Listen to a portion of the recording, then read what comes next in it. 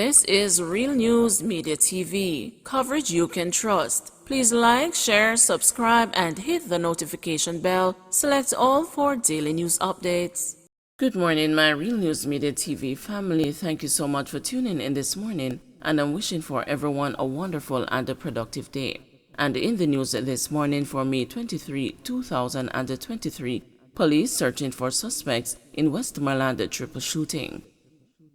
The Westmoreland police have launched a search for a group of armed men who carried out a drive-by attack in the parish on Sunday, leaving 3 people wounded. The attack was committed at the Morgan's Bridge in Burnt, Savannah. Investigators say about 9 a.m., a group of people was sitting under a tree when a motor car drove up and the occupants opened fire on them. The 3 victims were rushed to the hospital where they were admitted. Investigators say they recovered 26 spent casings from the crime scene. Holness giving up his salary increase. Following public outcry, Prime Minister Andrew Holness has given up his massive salary increase that would have seen his pay balloon to $28.6 million in April 2024. Instead, he will remain at his current salary of roughly $9 million and will not therefore receive any retroactive payments. Holness made the announcement Monday evening in a lengthy press conference at the Jamaica House, where he defended the salary increases for cabinet ministers and the parliamentarians. However, the Prime Minister said he understands the sentiments that politicians should identify with the suffering of the people. Holness also outlined that parliamentarians will now be subjected to job descriptions, a code of ethics, and must undergo training in parliamentary procedures. Last Friday, opposition leader Mark Golding announced that he would be giving up 80% of his 240% salary increase that would have seen his pay jump to more than $25 million by next April to charitable causes. The huge salary increases, in some cases by more than 200% for politicians, have been met with widespread backlash since they were announced in Parliament by Finance Minister Dr. Nigel Clark last week. Newly appointed Maurice Dixon gets a cabinet portfolio. Dr. Dana Morris Dixon, the recently appointed government senator, has joined the ranks of the Andrew Holness-led cabinet with a portfolio responsibility for skills and digital transformation, while Colonel Charles Jr. has succeeded Carl Samuda as the Minister of Labor and Social Security. Charles will be supported by Dr. Norman Dunn, who is the State Minister. Maurice Dixon will work out of the office of the Prime Minister as a minister without a portfolio. It is important to be able to attract people into government who are not necessarily coming from a political background or with a political skill set, because to move government, you need to have people who also have technical skill sets who can look at the issue through an executive and a policy lens, Holness said yesterday at a press briefing at the Jamaica House. Noting that the private sector has been clamoring for skilled labor, the Prime Minister said that this had now become a barrier to economic growth. He said Maurice Dixon will have the task to collaborate with the private sector and Hart NSD Trust to ensure that Jamaicans are being trained to take up jobs that will drive growth in the economy.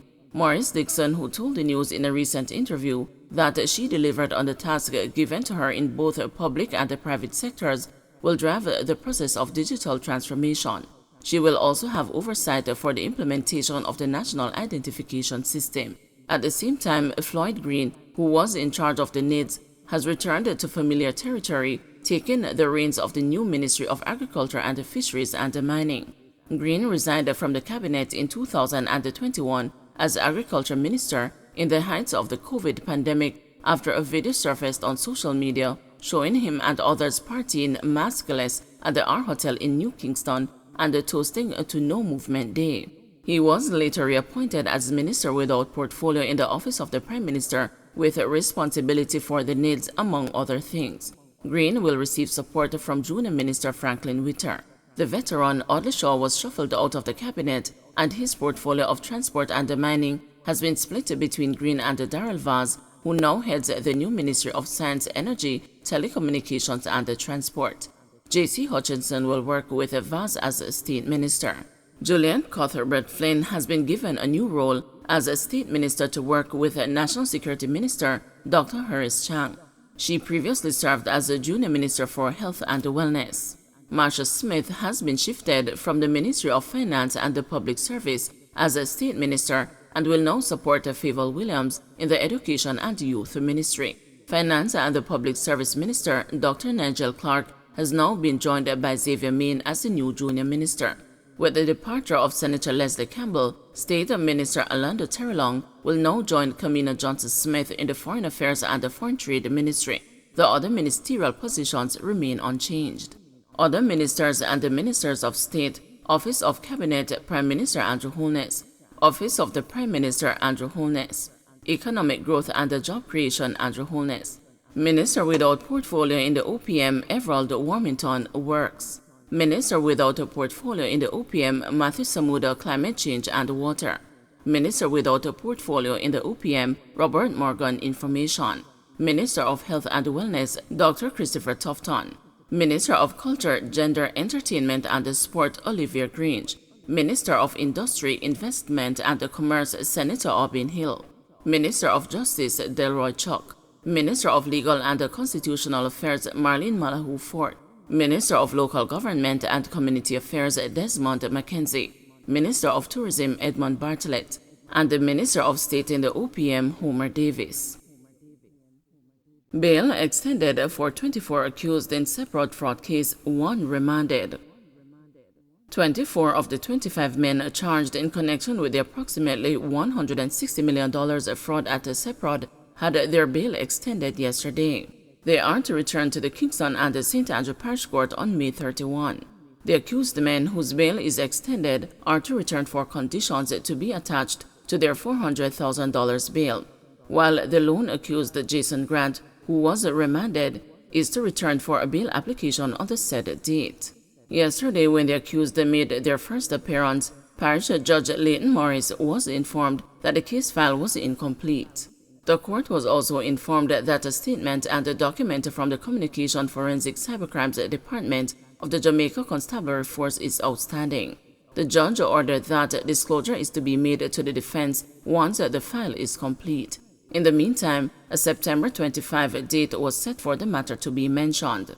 Deputy Commissioner of Police Fitz Bailey, during a press conference last month, reported that the alleged fraud was masterminded by 2 information technology employees who manipulated the company's systems to facilitate unauthorized payments to at least 23 other employees. The multi-million-dollar scheme is believed to have started in October 2021, days after the company's Newport West warehouse and offices were gutted by fire and resulted in losses estimated at more than $1 billion. Don't forget to like, share, subscribe, and hit the notification bell. Select all for daily news updates.